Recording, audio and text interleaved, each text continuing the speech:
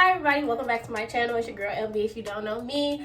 And I feel like I just did that, period. So today I'm going to be showing you guys how I finessed and installed this T-part wig. And it wasn't easy, let me tell you, but you know, I got some gems to like give to y'all. So if y'all interested in that, then stay tuned.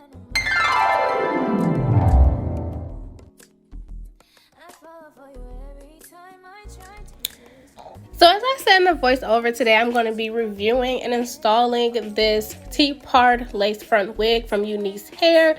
This is the box it came in, you know, the standard with the instructions on how to take care of the hair on the back. It also came with these lashes, which are a little too thick and dramatic for my liking, but it came with it, so we love free things. Also came with this headband, because you know headband wigs are really popular right now, and also a nude wig cap. I'm so glad that was nude. Like, you know, they doing what they need to do.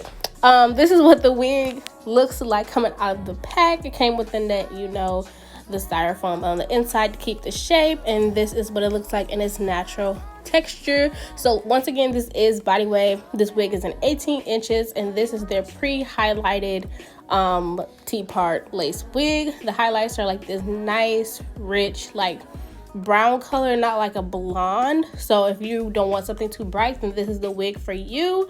As you can see, it does have the T parting, which is just a small amount of space in the middle, a small amount of hair and lace on the perimeter. As you can see, tracks go so close to the actual front of the lace front. But this is what it's looking like, and has 3 combs on the inside.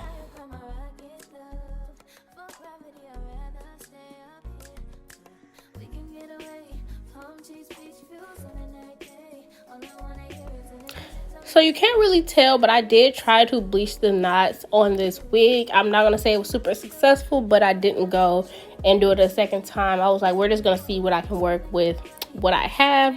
And this is the texture after it has been air dried. You know, that body wave is gone, basically. It's similar to straight hair. Straight and body wave are the same thing, literally. It's going to look the same after it's washed. But this is what it's looking like. This is me showing you how much hair you actually have. So as you can see, those tracks that are really close to the hairline, so that front piece that I parted off is really all the hair you have to work with.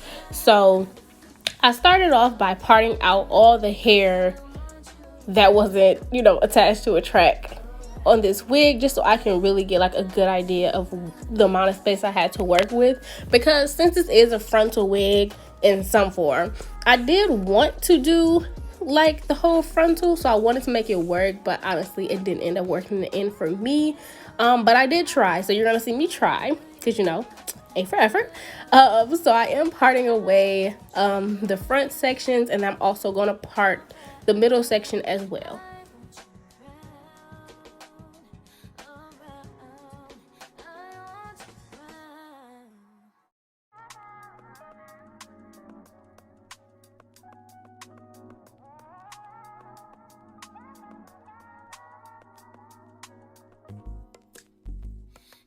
That I don't want you here.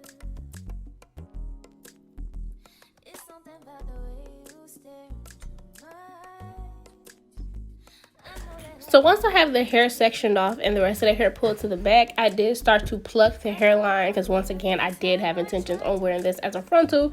You will see later in the video, it just didn't end up working out, but this is A for effort, okay? I'm trying here. So I'm plucking the front, and it's still, no matter how much hair I've plucked out, it still gave me like that boxy look because of how close the tracks are to the front. So do be mindful of that if you choose to buy this wig. I did use some mousse to flatten out the top. This mousse is from the Do. I love this mousse on my natural hair wigs. It just is that girl, you know. And I don't usually do this. I usually go straight in with a pressing comb, but I decided to try this, and I must say I can tell a difference when I do this. So I might do this more often with my wigs, but this is what it's looking like just from the mousse. So not even going in with the pressing comb yet, but you know me, still had to do it. So I am going to press the hairline back to see how much I actually did with the plucking, and also the part top to flatten it out.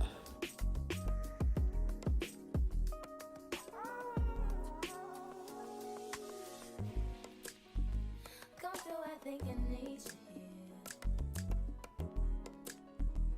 I swear time to keep these feelings to myself.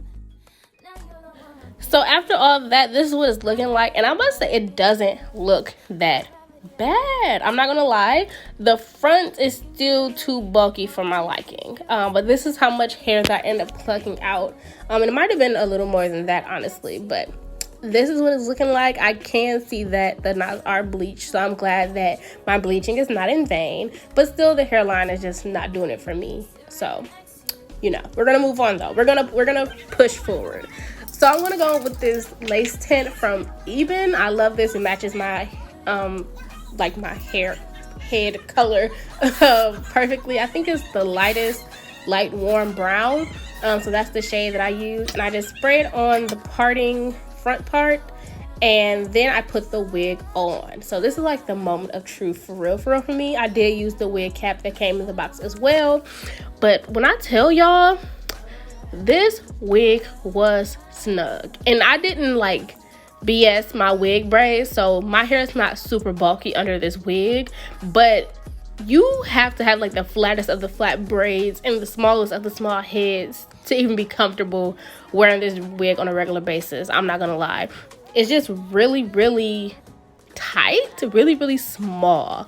Also the lace, now that I'm looking at it, is pretty dark for me, and that's something that I'm very eerie about when getting hair from Amazon companies, is how dark the lace usually is. Even if you buy this same wig from probably the UNice website, it will probably have different lace, and I don't understand that, because it should be the same hair from AliExpress, Amazon, their website, whatever. It should be the same hair, but unfortunately it's not. I think they use more affordable options on different websites, but you know, I work with what I had, so I did cut off the lace using an eyebrow razor, so I know I get that jagged edge and it's not super straight. And I did pull the hair back, and I do have these two pieces in the front that I am gonna cut into baby hairs in the end, just so I can get a more natural effect, since the wig hairline does look so bulky and boxy. Then I'm going to take this Gots to Be gel, and I'm mixing it between that and Gots to Be spray. You can also use glue for this if you need a little more security for the summer, because you know it's hot. It's hot. But this is what I'm using, and I'm only using it in like that front perimeter, not even ear to ear, just the front, like it is a closure, because the hairline just wasn't going to do it for me. So I did that, and then I'm going to wrap that and tie that down with an elastic band, my trusty dusty, you know.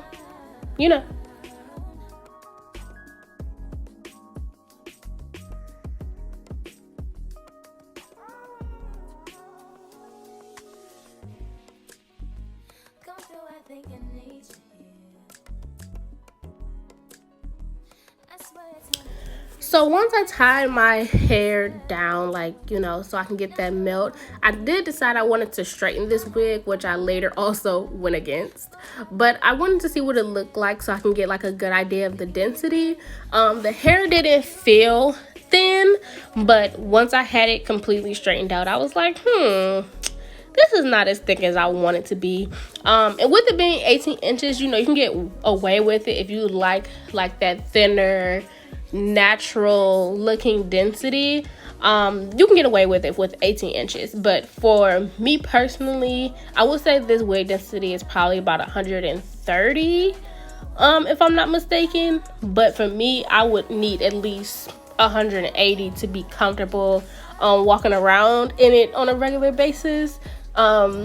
But that's something else that you have to take into account when you buy pre-made wigs, especially that don't necessarily specify what the density is on it, which a lot of Amazon companies do not. But like I said, I did decide I wanted to straighten this wig out, so I'm using this, I think it's 1.5 inch flat iron I got from Amazon a while ago, and I love it. And this is what it looks like with one side done. I must say this wig is constructed super flat, but that could also be because there's not a whole lot of hair on it. You know, no shade, no tea, but I could definitely go for more hair, you know, a thicker look on this wig. And as you can see, the ends of my lace where my ear tabs would be are lifting, but it doesn't matter because nobody's gonna see that anyway. But this is me, you know, continuing to straighten out the hair and then taking off the elastic band to see that melt, period. It's not that I don't want you here. It's something about the way you stare. So now I'm gonna go into my baby hair, going back in with the comb, and I'm gonna comb it out, making sure that gel and spray did not stick. And I'm gonna take this hair razor I got from Beauty Supplies, like $1 or something, to cut off my baby hair so it's not super bulky and straight with scissors. And then I'm gonna go in with that same mousse to do my baby hairs. Very simple, very easy. Just some final thoughts I will give on this wig. So the shedding is literally not bad, non-existent almost, so that's a plus. A con is the hairline of this wig. I've seen other companies do T-part wigs and give you, of course, less space than let's say a 13x4, 13x6, 6x6, 5x5 closure would, but still enough space to work with, even in the middle part. And that's something that I really wish UNice would do with their wig. I understand like the whole lace shortage and thing, they had to cut down on a lot of things, but good quality lace really goes a long way, is what really keeps people coming back to your hair company. So I think that more money or whatever time could be allocated to that, you know, to get like a better overall customer review. I did add some layers in it as well, and even after I finished recording this video, I did add some more because it just was giving too much flat for me. And layers helps give that volume. So I did cut some layers in it, but besides that, you're seeing the hair straight, super flat. The wig construction is super flat, so that's also a plus. I'm just gonna flatten out some more pieces, and then I went in later and I did curl it. Now the curls did not stay in my hair until I added more layers. Layers help add a lot of shape, so that's probably why. But still, you know, the color, how they did it with the highlights is pretty good. I'm not mad at it. I would love to make this wig myself with longer hair, maybe in the fall. I'm not saying this isn't good for the summer too, but in the fall I would really love this in a thicker, longer, you know. But you know, it's still not a bad wig. It's not expensive. Could be a little less expensive for what you get, but overall, you know, I'm not, you know, totally wowed, but it's doable. Like, it works, you know, if you get what I'm saying. I hope you guys enjoyed this video. I will leave all the information and links to everything about this wig in the comment section below. I think I did my thing. If you ask me, I'm coming out of retirement, period. So don't forget to like, comment, and subscribe, and hit that notification bell so you don't miss any new videos I post. And I will see you all in the next one.